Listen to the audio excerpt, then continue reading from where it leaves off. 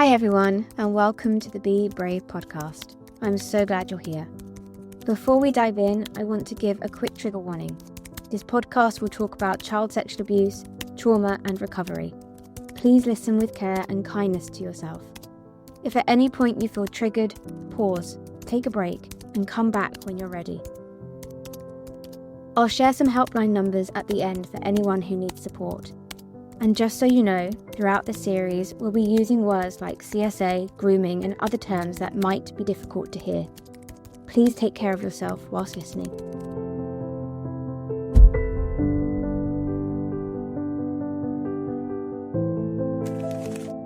Hello everyone, and welcome to the Be Brave podcast. I am so glad you're with us today.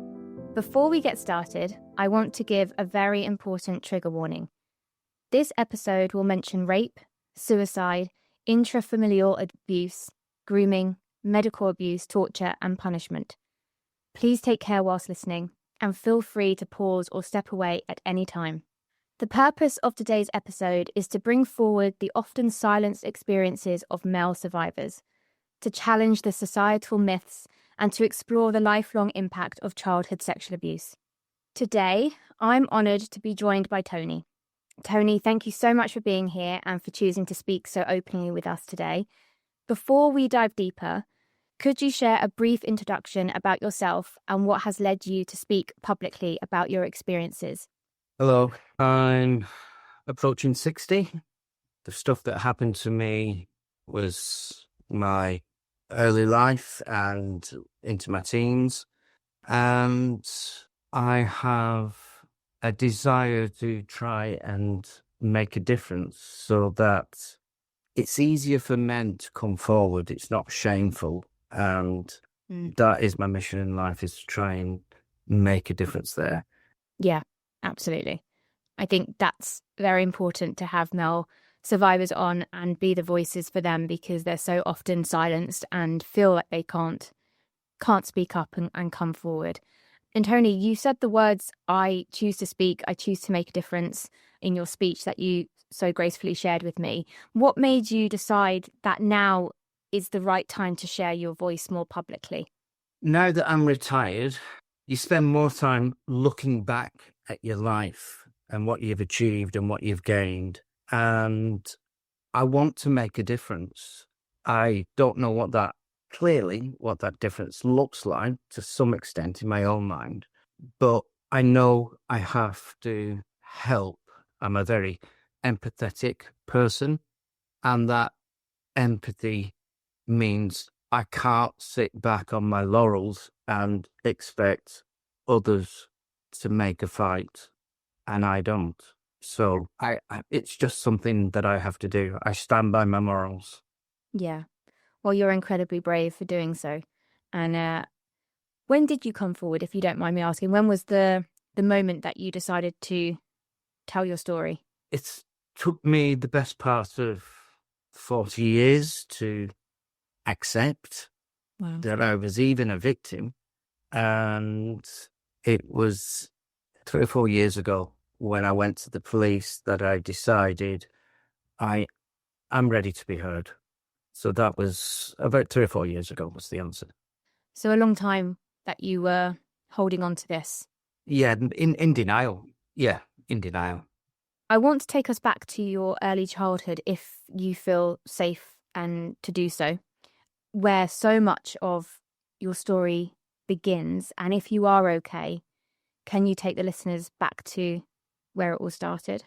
It all started, I think I was probably 5, maybe 6 years of age. My mother would bathe me and my brother once a week, as was typical in the 70s, on a Sunday evening, together in the bath. And then she began fondling me and saying to a 6-year-old that you need to be hard to be a man. God. She didn't do it to my brother. It was just to me. And that became my reality of motherhood.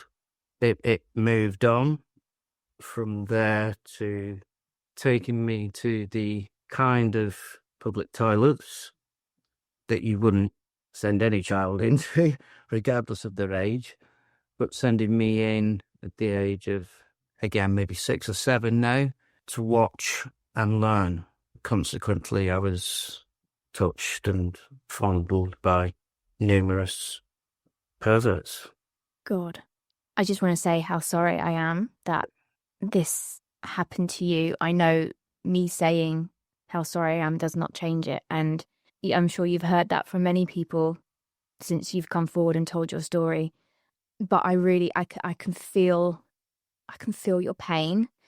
And yeah, the only word I can come up with is just sorry.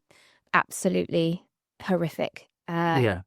You don't, there's washing, but little boys don't need under their foreskin washing. Yeah, no. And to do that to a little boy, to try and make an orgasm, was painful, and I didn't like it. I remember standing up in the bath facing her. She'd be kneeling down, so of course she'd be eye level. Mm-hmm. Get my drift. Mm-hmm. It's just what it was. After we'd had our time playing with the suds on our hair and making a suddy beard and a suddy Mohican and all the normal things, by the time I was old enough, probably 9 or 10, old enough to have a bath on my own, I started locking the door, and that was the end of that. When this was happening, where was your brother? Was he still in the bath? Once I started, yes, he was still in the bath initially at age 5 and 6. Yeah. Sorry, so he would be seeing this happening? Yes, and nothing happened to him because he was well endowed, apparently. Even the nurses, she said, would come and have a look at how well endowed he was when he was born. And I was made to feel shame for not being as well endowed as a 6-year-old. So, yeah, by the time as I say, I don't know, I can't remember how old I was when I started having a bath on my own. I'm sure it was in my late primary school years, possibly even as I started secondary school at age 11, moving up to that age group. But I was obviously a very unhappy child and very distressed, and I had a few uncles in my life along the way before my stepdad came on the scene. Then a whole new level of trauma opened and began. Yeah, I want to talk about your stepdad, but before I mention that, can you just help me understand, where was your dad? Was your dad not in the picture? So it was just you, your brother and your mum until your stepdad came into the picture? Yes. Yeah. Okay. Yeah. Okay. And then how old were you when your stepdad came into the picture? I remember having my 6th birthday and him saying on my 6th birthday, we have a year to sort him out. Show me the boy of 7 and I will show you the man.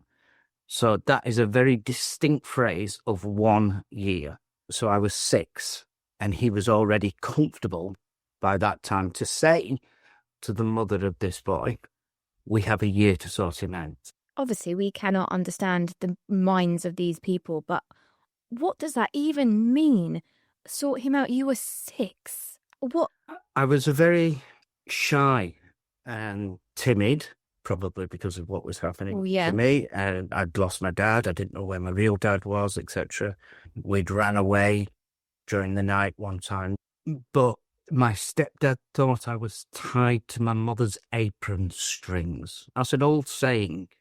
I feel like a fella in America. That's an old saying. Not many people know that word. So, I was very shy. My brother was 2 years younger than me. So he was witnessing this at 2 years younger. And he was up front and outgoing and bubbly, and he'd be the one to lead me astray. Let's do this. And I'd be like, and then do it. So it was just being whatever 6-year-olds, 7-year-olds do at being naughty. It's not going to be that serious, but it was the beginning of getting the slipper, the ruler, and physical punishment. Was the physical punishment just from your stepdad, or was your mum physical? No, my mum was physical as well. Not so much so in the early days. In those early days, at some level, she tried to protect me, which only wound him up more. And then she gave in to his demands that he was making a man of me and making me strong. And she came along with that thought process.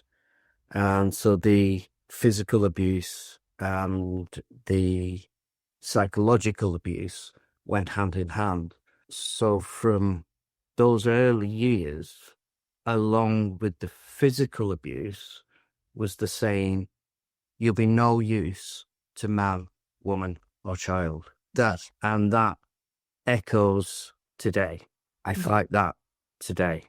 Yeah. Now, sitting here doing this podcast with you, that echoes today.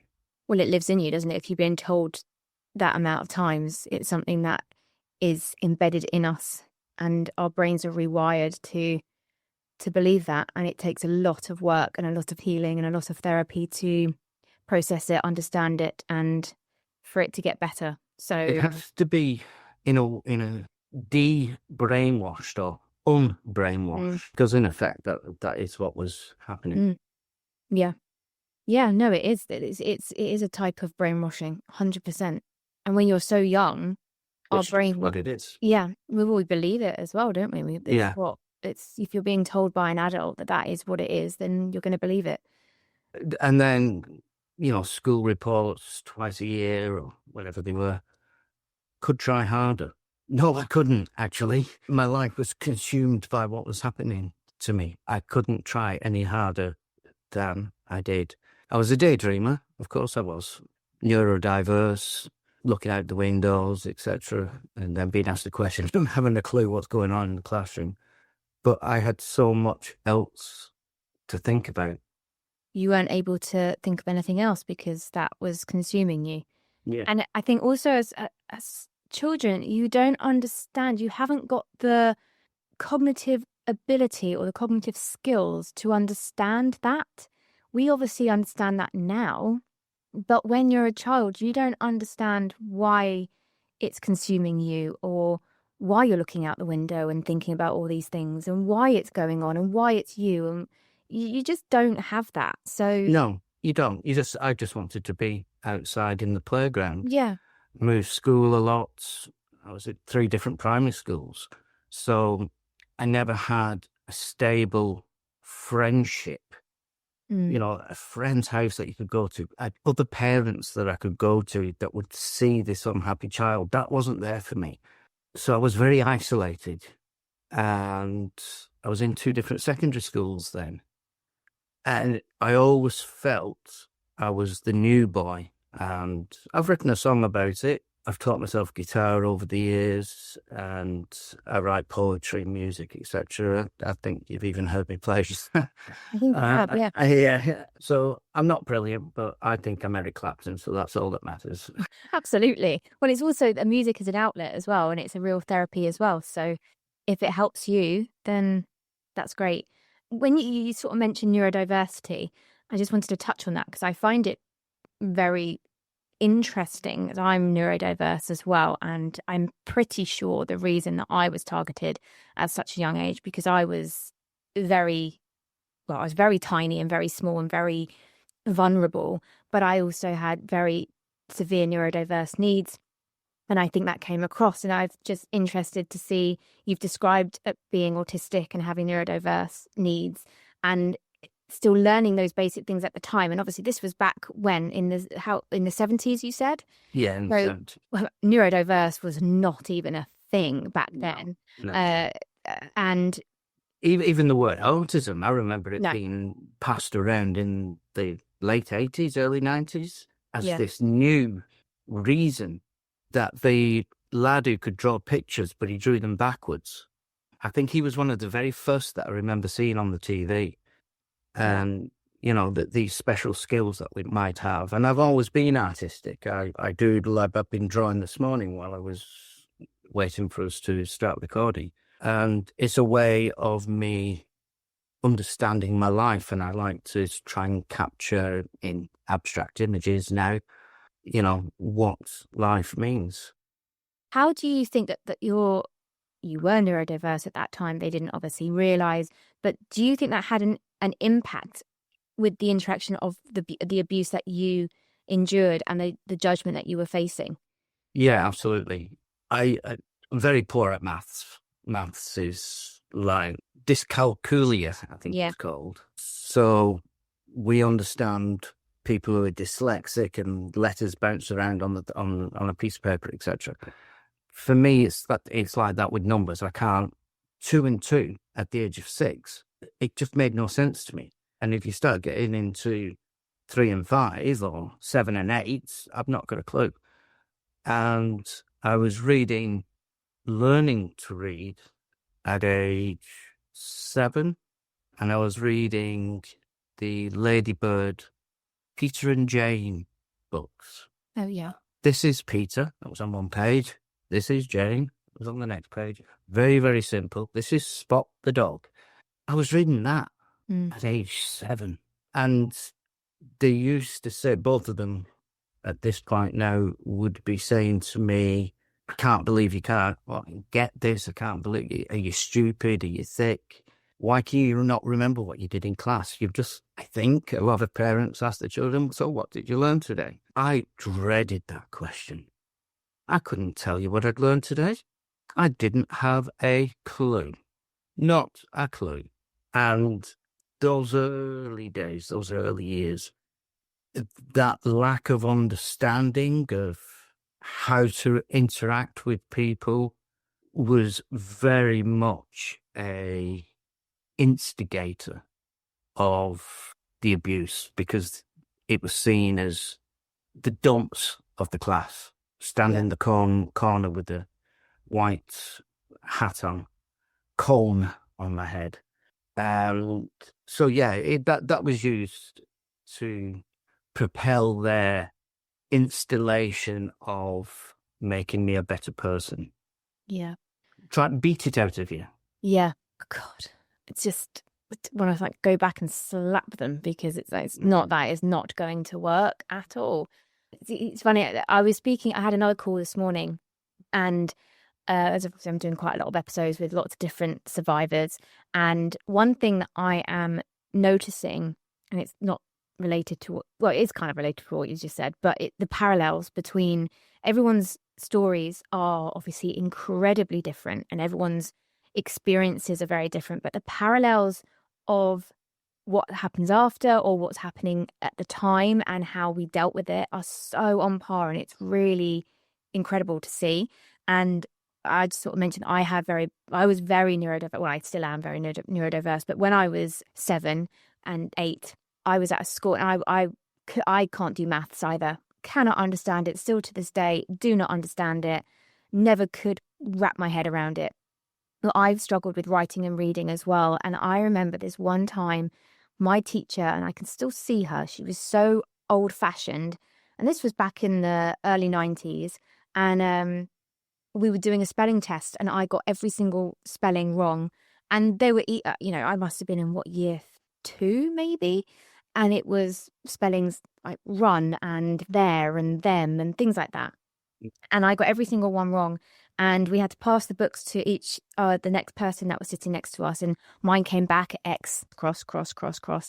And my teacher came up to me, and she dragged me up to the front of the class in front of everyone, tore up my book, threw it in the bin, and pointed at me and said, "You're so stupid, get out of my class." And I remember that even now to this day. And I still have that embedded in me, where I think, well, I'm just so stupid. I'm stupid. I'm thick, and that embedded in me from such a young age. I then took that throughout my whole schooling, and I just thought, well, what's the point? Because I'm stupid and I can't get it, and I'm thick and I'm never going to understand this. And those sort of things, they stick with you. And it was only until my parents went in and obviously said, "What the hell, you cannot do that," and they moved me to a different school. But when you have adults telling you that you're stupid and you need to beat it out of you, or tearing up a book in front of your whole class and throwing you out of the class and telling you that you'll never be anything and you're stupid and you're this, that, and the other, you believe it. You are going to believe it, because why wouldn't you? Yeah, exactly. You've nothing to base it on unless you've got a good family around you that would say that you had the confidence to say at home that this has happened today. But I didn't have that home to go to.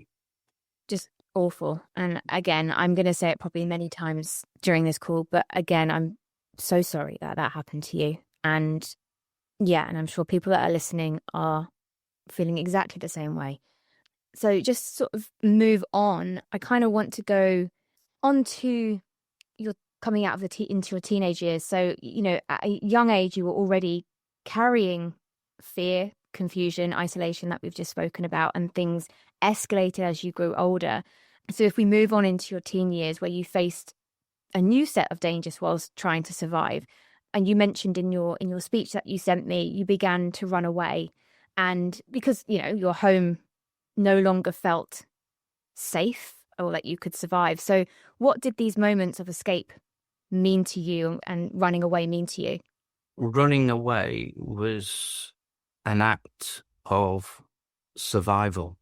I was bullied at school because I'd been to so many schools. And obviously the neurodiversity, not being able to communicate and all that sort of stuff going on.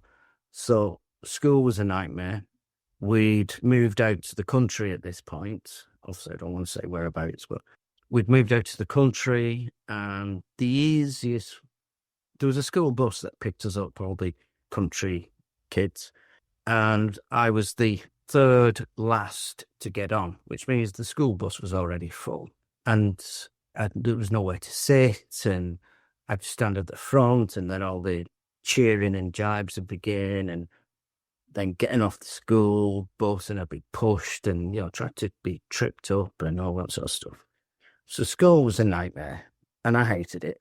And I started truanting, and if it was raining, I'd go to school. If it was dry, I'd take myself off. And the easiest way to get about out in the country in the 70s and early 80s was to hitchhike, to thumb a lift. So that's what I did. And one day, I was outside school, actually, across the road, just down a little bit, so I couldn't be seen by any of the staff, and stuck my thumb out, and a car picked me up, and I went to the city. And it felt cathartic, that initial, oh my God, I can breathe. But then the fear kicks in. It's okay, it's only 12 o'clock. They won't know until 4 that I'm done. 4:30, whatever time I got in from school. So I've got all day to get as far away from school, as far away from home as I can. And that's what I did. And I travelled over 100 miles as a 13-year-old with nothing but maybe 20 or 30p in my pocket and a packet of 10 fags or something that I'd started smoking so that I wouldn't get bullied. And then I'm in the middle of a city. Now what? And every policeman that walked past thinking, oh my God, they're going to know. There's like a red light on my head that says, run away, take him home. So every policeman I saw, I turned into a shop or in a doorway or turned my back or what's this young kid doing out and not in school at this time of the day? And then as the evening wore on, 6 o'clock, I'm thinking, my stepdad's going to be getting in from work. She's going to be telling him that I haven't got home yet. At what point will they start worrying for me? Where will they go? What will they do?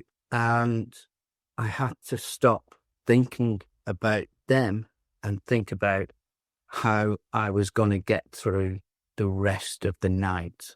How, at 13 years of age, am I going to stay safe tonight in a city that I don't know and have never been to before?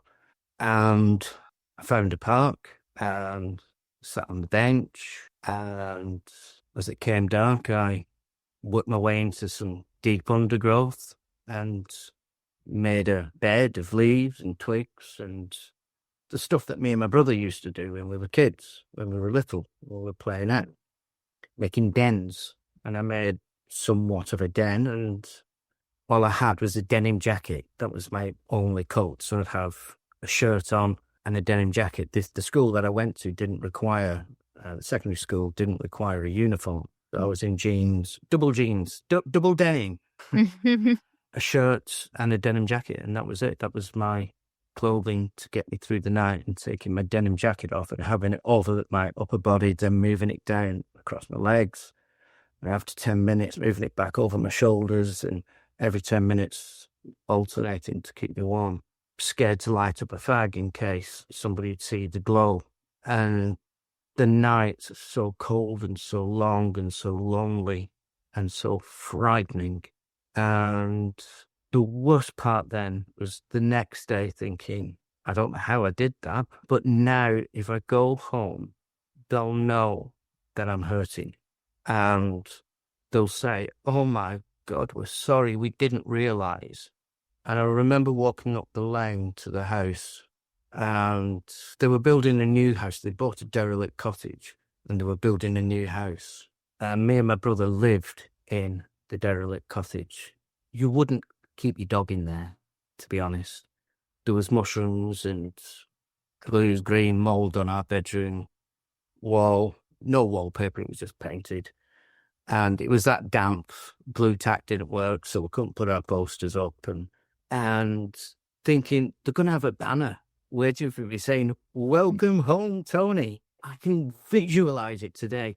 Welcome home. And I'd go in and they'd sweep me up in their arms, or my mum would, and say, oh my God, I'm so sorry. And when I got in, she battered the life out of me. Then he got in from work. I'd been sent to my room, and I got the belt. Not for the first time. Got the belt at about age 11. I was 13 now. And I'm not talking just half a dozen strikes on the hand. I'm talking, I was left with welt. I couldn't lie down on my bed. I'm curled in a ball on the floor, and the belt is raining and slashing, and I can hear that. I can't even take my own belt off now, because when you take it off fast, it clicks through the loops. Mm-hmm. I can't do that. That's an effect from 13, when I was 13. I can't take my own belt off. The hairs on the back of my neck, on what hair I have left, are standing up. I've just got, because I'm trying to paint that picture. And it's so visual and real to me that I can feel it now, of being that 13-year-old boy curled up against an old unit and the detritus of life that was, it was just where all the junk was put in the house, and curled up on the floor, cold flagstones, and the belt just not stopping. I'm screaming in the snot, and I've wet myself, and I'm screaming for my mum, and she comes in, sees that what's happening, turns round and walks away. And I know that this is my life now. This is what I get for running away. But it didn't stop me from running away. It made me run away again, because there's no way I'm going through that again. So a couple of weeks later, when I'm better, because that's how long it took to heal, and I've been to school for a few times, and my face has been seen around town, and teachers have seen me. And every day I was in trouble for something. During these periods of healing, I was isolated. My brother wasn't allowed to be in the bedroom with me, so he'd have to be in the living room, and I'm out in this derelict cottage. Half the wall was taken away, so the internal wall was an external wall. So, it's only what it really was like living in a shed. And starvation is used.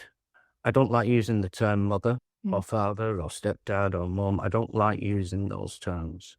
So she would come out to me and give out to me and swear at me and maybe slap me across the face because I'd run away, because I didn't think about her, what she was going through, why I had been away. Mashed potato is all she would give me. And sometimes she would say, I've done your mashed potato, and then she'd scrape it on the bedroom floor and the dog would eat it. And I just curled up on my bunk bed, top bunk, because I was the oldest, and cried and waited for my brother to come be sent to bed at 9 o'clock or whatever, and him trying to comfort me. And that went on then until I was 14. By the time I was 14 and a half, I'd run away from home 20 times, give or take. And the beatings got to the extent where I feared for my life. I was one beating away from being murdered. We lived out in the country, and I knew, even then, I knew they had never reported me to the police. I found that out 4 or 5 years ago when I went to the police, and there was no recordings of me being missing. And the longest period I was away for was a week at age 14, coming around the country. And it was horrific. I had to fight and live on my wits, and literally fight at times to not get beaten up or attacked or whatever. But do you remember the Sarah Sharif case from last year? Yes. This time last year, and it came out what her dad had done to her. At the time, last year, I was saying, I am her that has survived to tell what she's going through. That's how bad it was. I'm a baby P that lived to tell the tune. And I'm proud that I have lived. I've made over the last 40 years. Suicide ideation has always been there. I've come to a stage now, though, that I've got too many miles on the clock to exit early. So that's not there anymore. But I self-harm by punching walls, and every bone in my right hand and wrist has been broken from punching walls. I would never punch anybody else. I couldn't punch somebody else, and because I know what it feels like. So whenever, even an argument between me and my wife, up until recently, 12 months, 18 months, would result in breaking a bone in my fist because I've done something wrong that I perceive to be wrong. Yeah. Kind of stuff that I was beaten for as a child, I now beat myself up for as an adult. It's a lot to hear. It's a lot to hear. It's a lot to hear. Yeah. It's a lot to hear and it's a lot to take in, but I didn't live it, so... Nobody knew what was going on in the bathroom, and I never disclosed that until I went to the police. I was too ashamed. I disclosed my physical abuse because I ended up in foster care because of it. Everybody at school, the one or two good friends that I had, knew. I used to wear my stripes across my back as a badge of honour, almost. And my best friend's mother would say, "We've not seen you around for a while, Tony. Can you take off your shirt?" And I'd take off my shirt, and I'd remember I said, "Oh dear God, what has he done to you?" That it was my stripes. I was like a tiger. So life was hard. And in the interim, there's still sexual abuse going on. So was that going on as well as the physical abuse? Yeah. That hadn't stopped? No. That was just by your mum? So by this time, obviously I'm 13, so, you know, she's not going to be in the bathroom with me, but she was still, I'd go into town shopping with her, for example, on a Saturday, 'cause I didn't want to be home alone with him. Christ knows where it happened. So we'd go shopping together as a family, me and my brother, and as soon as we'd park up, there'd be some public toilets, and she'd say, "All right, come on, off you go and watch and learn." And at this point, I'm 13, and it's second nature. I know I'm going to be touched. I know I'm going to see erect men, old men generally, and then my appendix happened. Okay, so you mentioned about your appendix in your speech. In hospital. Yeah. I was gonna move on to... Yeah, I know. I was sort of dropping the hint for you there. Yeah, no, that's okay. I didn't want to stop you because your story it's so important to tell, and it's incredibly raw and it's very hard to hear.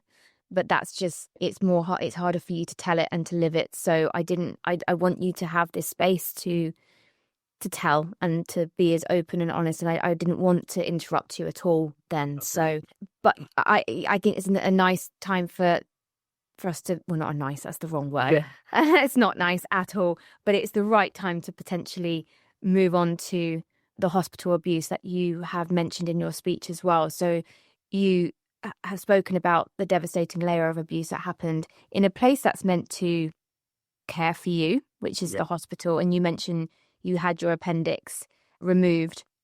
And in the time in hospital, you were then groomed and raped by a porter.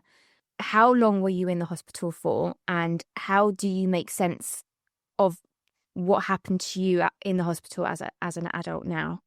So by this time, I got into the habit of thumbing a lift rather than catching the bus. And I had been touched up and sexually abused by probably 1 in 10 hitchhiking lifts. And then one Sunday afternoon, me and my brother were at a friend's house, not a close friend, a friend of the family's.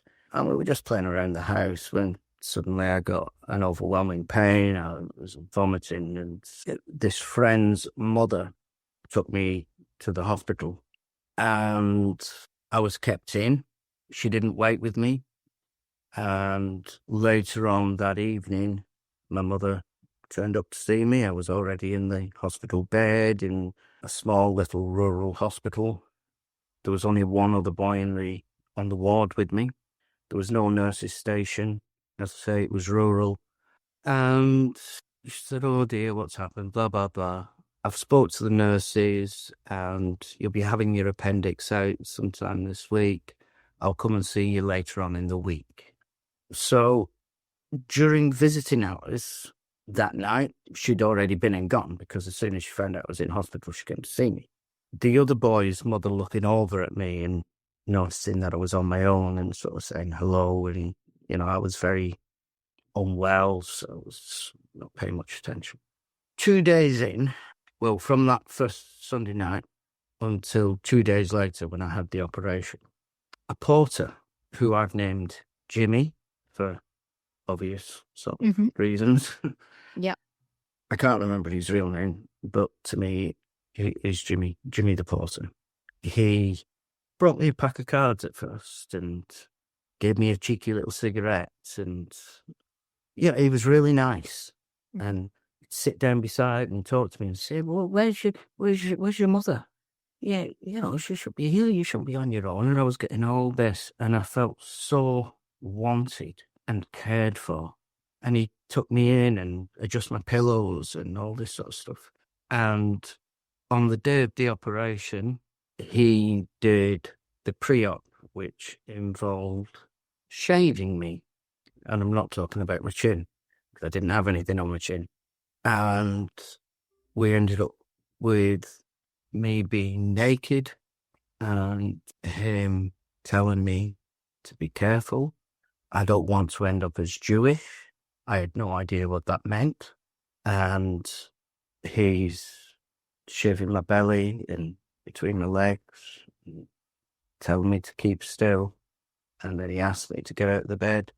And he's telling me all the time, as he's touching me and moving me and taking off my operation gown, that he's a member of the hospital team. He has to make sure I'm clean, no germs.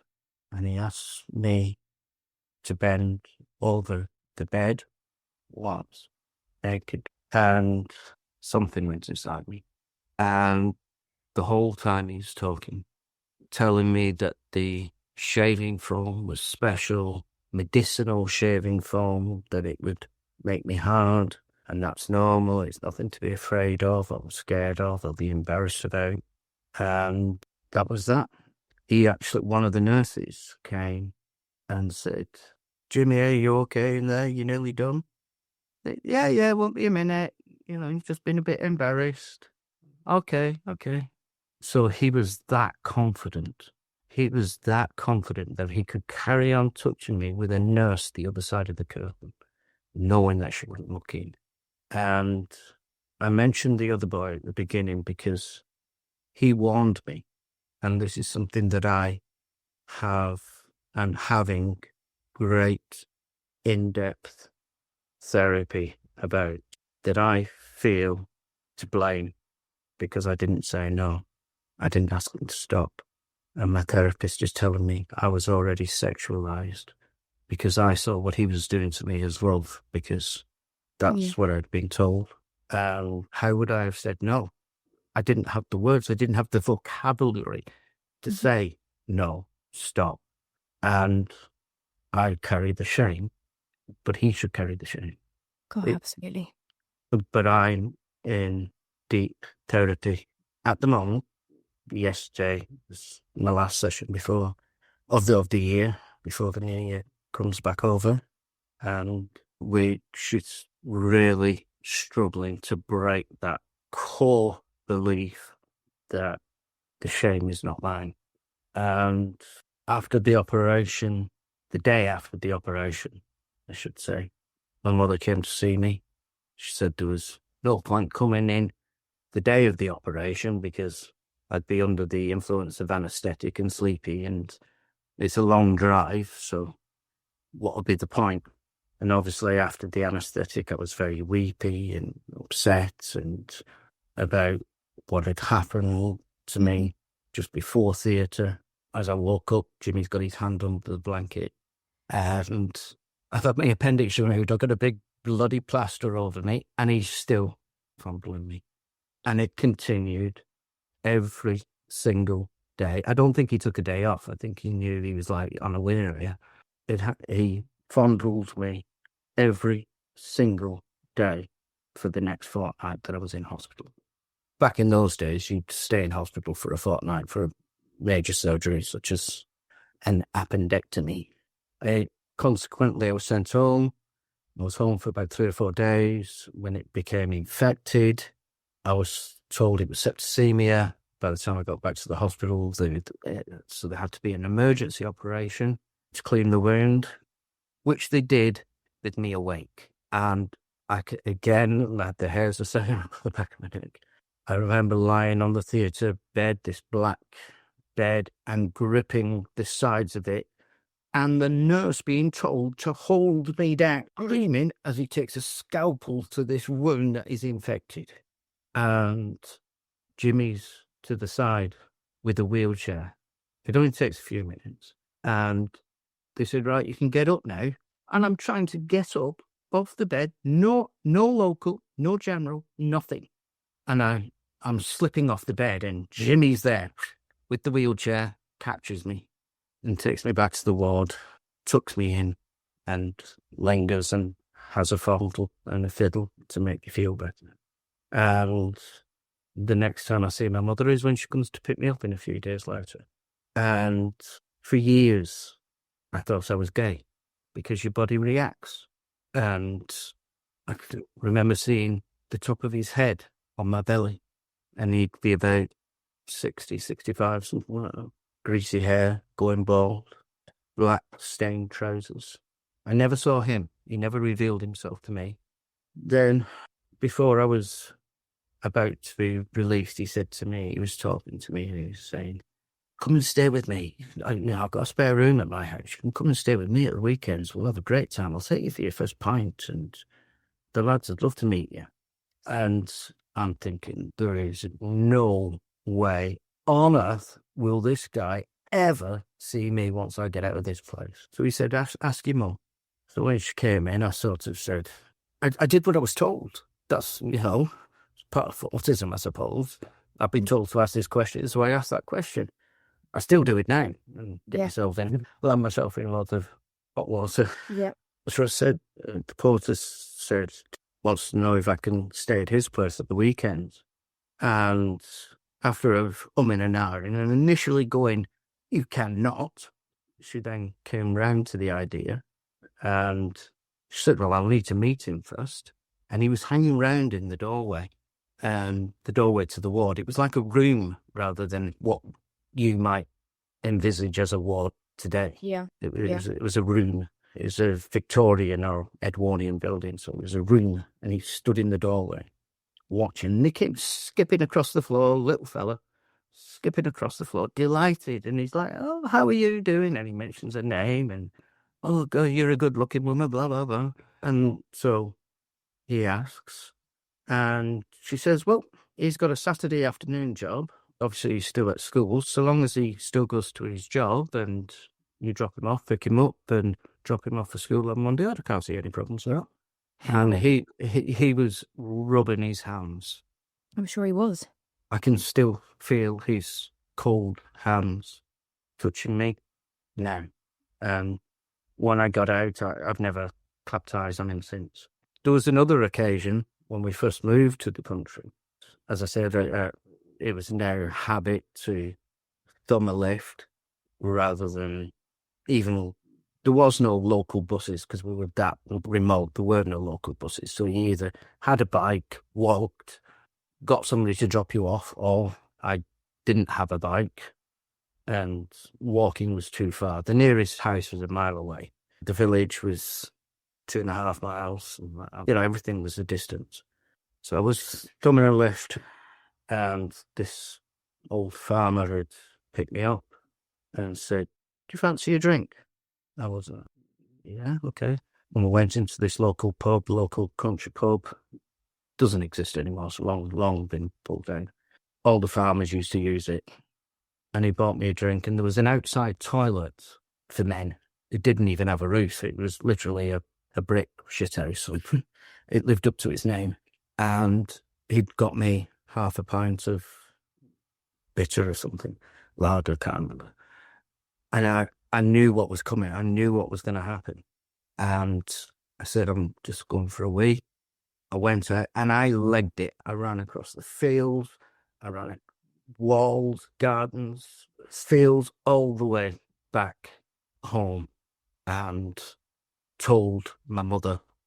And it was more of a test for her. And I told her that this old fella had picked me up as I was coming back from town, and he touched me on my leg, and he'd taken me for a drink of alcohol, and I was scared of what was going to happen. And she said, "Do you touch you anywhere else?" I said, he was moving on to that yet. She said, "Oh, don't worry about it. He was probably just a lonely old farmer." So that was that. I knew I had nobody to talk to. I had no answers. I had nothing. And I'm estranged from them now. I've been estranged from them for 10 years. And just as they did as a child when they didn't report me missing, they have never tried to be in contact over the last 10 years. He's died. Yeah. Family, all the family that I grew up with, cousins, all that. My half-sisters by him. Every single person denies what happened to me. Jesus. And yet every single person at school, in the neighbourhood, knew what was happening to me. Because after all, I ended up in foster care. I've got my social worker records. It's documented what happened to me.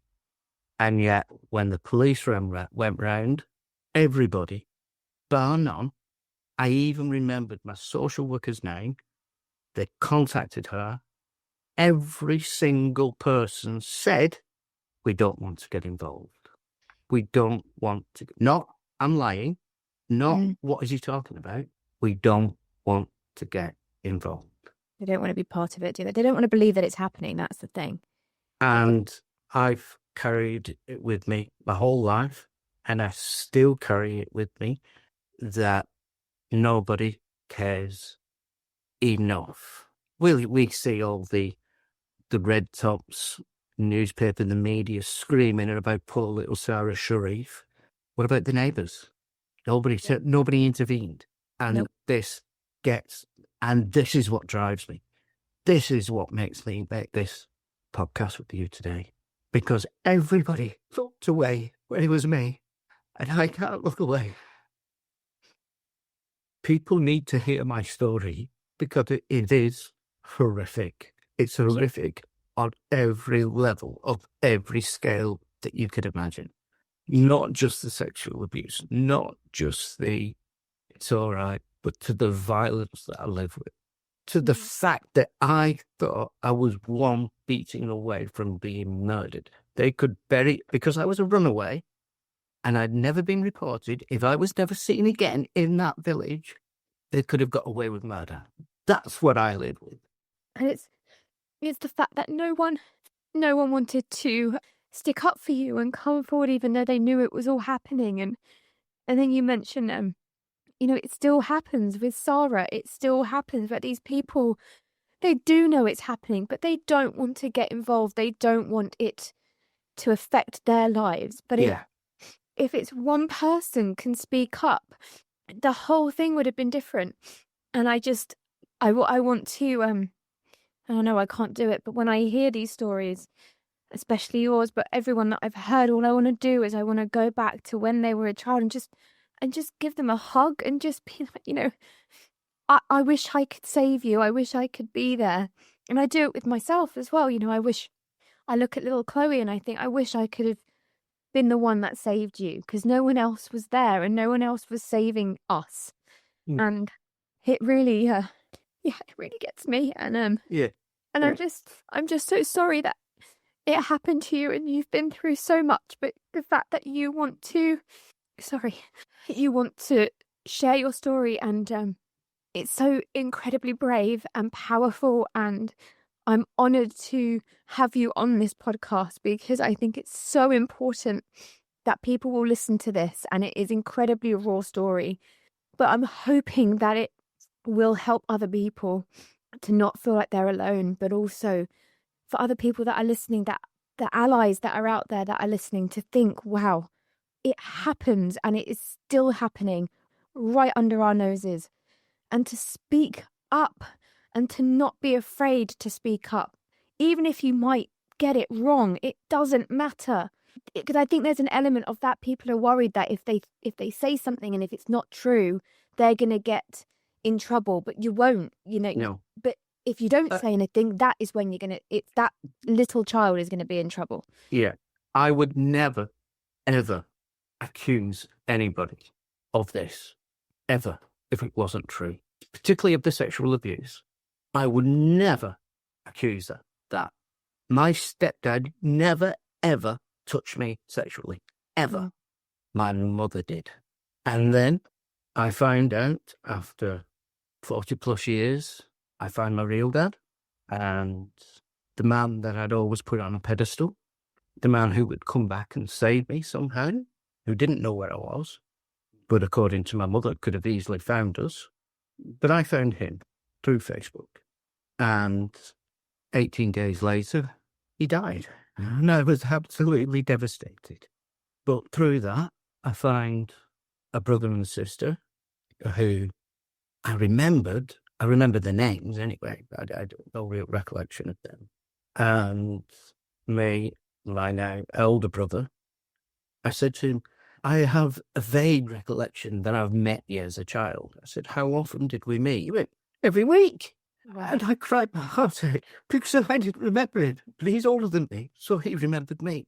And he remembers my mother instigating the incest to his sister when she came on my father's scene.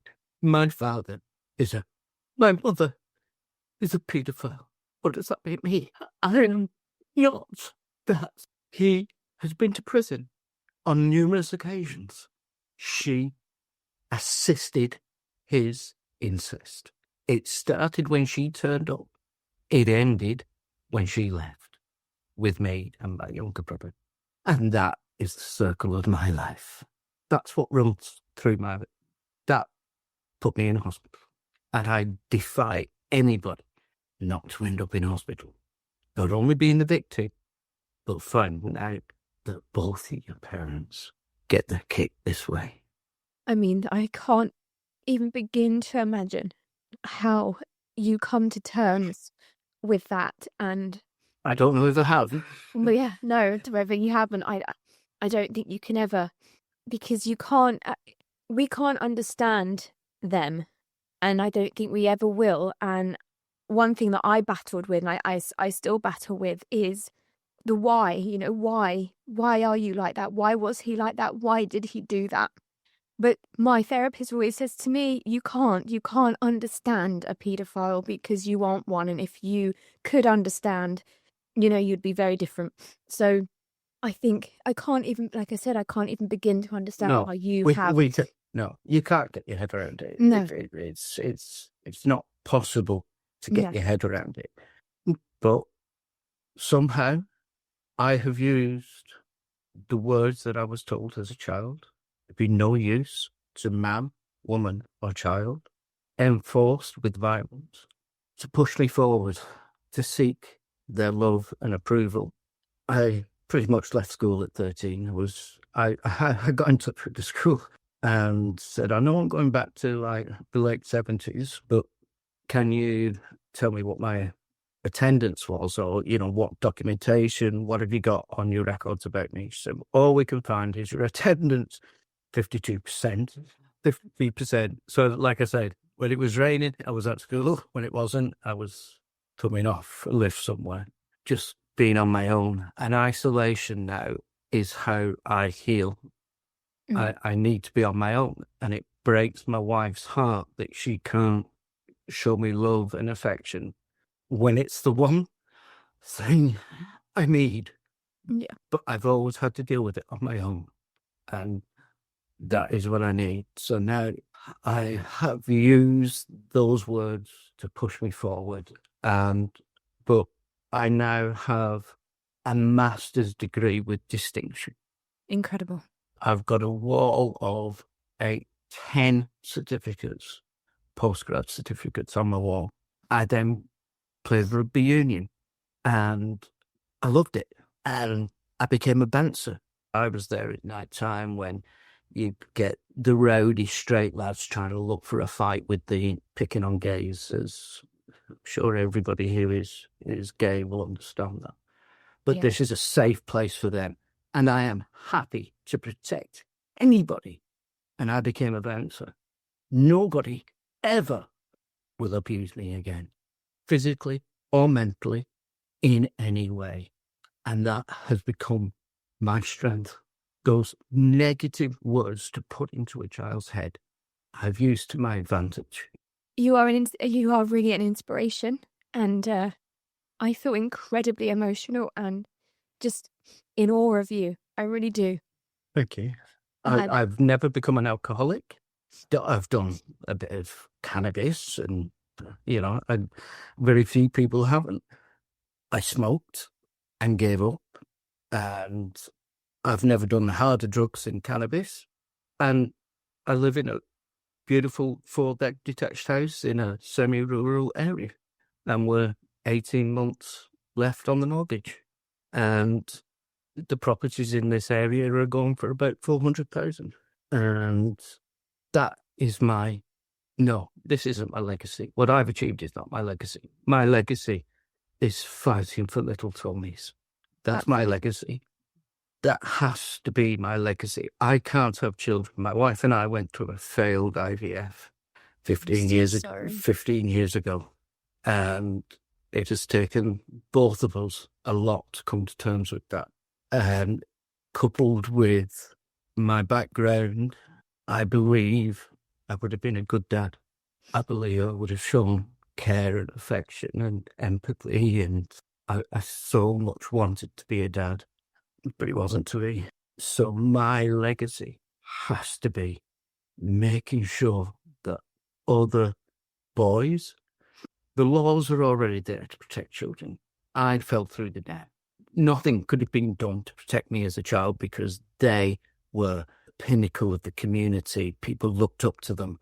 They were smart, intelligent, hardworking. They never suspected. Nobody suspected. Well, they all knew, but it was part of the period of the late 70s. You give a kid a slap. Yeah, people saying it never did me any harm. A slap didn't do me much harm either. But being murdered did, or attempted murder. Obviously, I'm still here. So nothing would have protected me as a child. what needs to change now for men, myself included, to shake off the shackles of shame. It is not our fault. It is not our fault. What is the normal response to what I've been through? Is having a drink on a Friday, 3 or 4 pints, 10 pints. Is that the normal response to what I've been through? Is living in a drug den with a needle sticking out your arm. Is that the normal response? What is normal?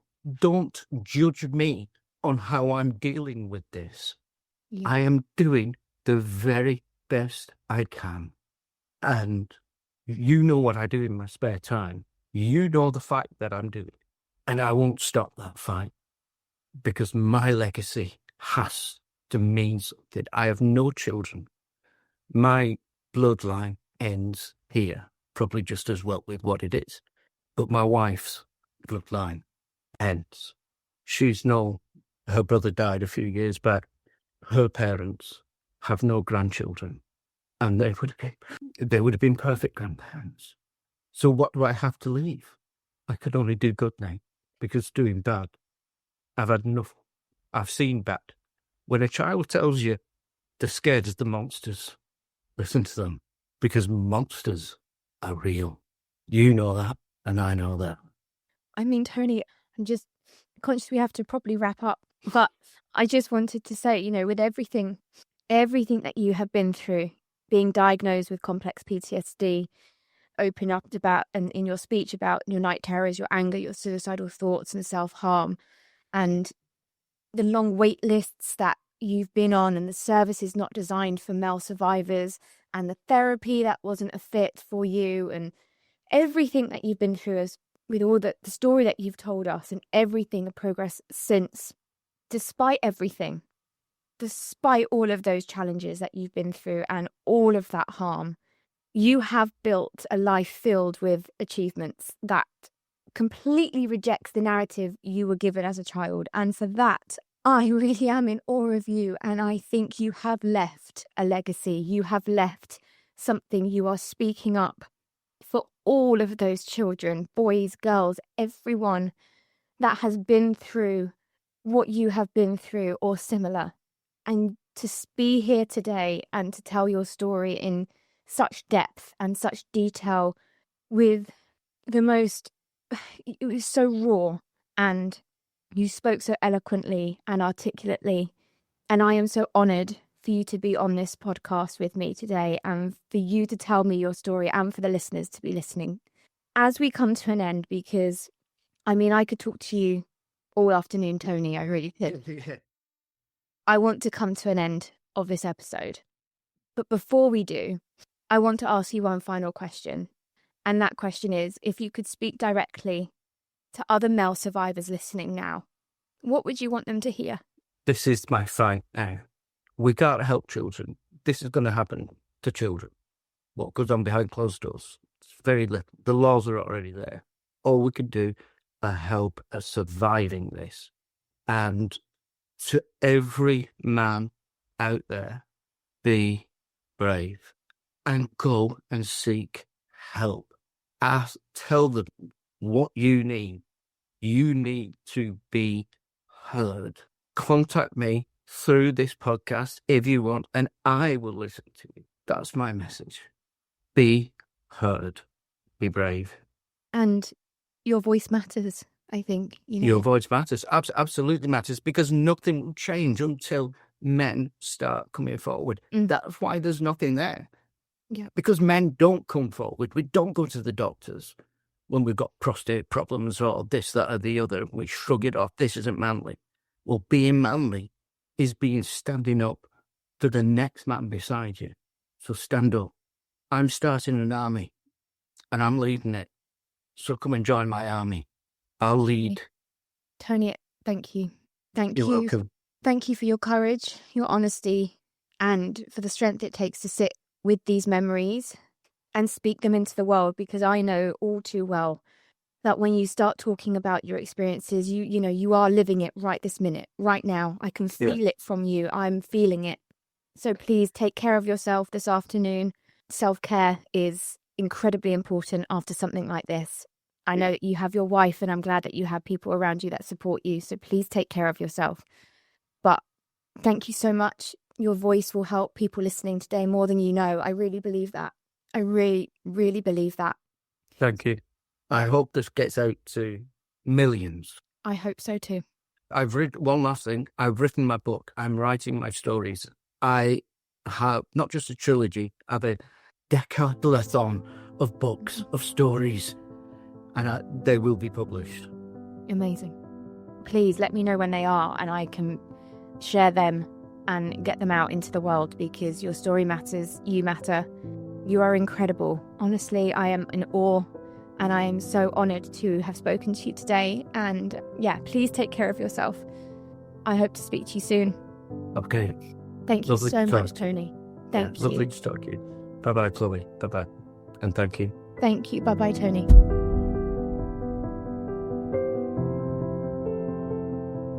Thank you for listening to today's episode of the Be Brave Project. If anything we spoke about today has affected you, please remember this: you are not alone, and you deserve support. There are people and organisations ready to listen, to believe you, and to help you through whatever you're facing. Support is available, and you'll find the helpline numbers just below.